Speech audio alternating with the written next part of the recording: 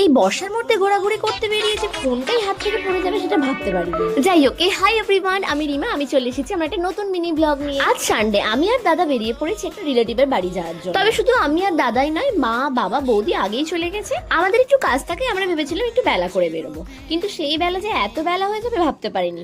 আসলে আমরা বাড়ি থেকে বেরোনোর আগেই এক পশলা বৃষ্টি হয়ে গেছে। তবে শুধু তাই নয়, আমরা বেরোনোর পরেও আমাদেরকে রাস্তায় এক জায়গায় দাঁড়াতে হয় শুধুমাত্র বৃষ্টির কারণে।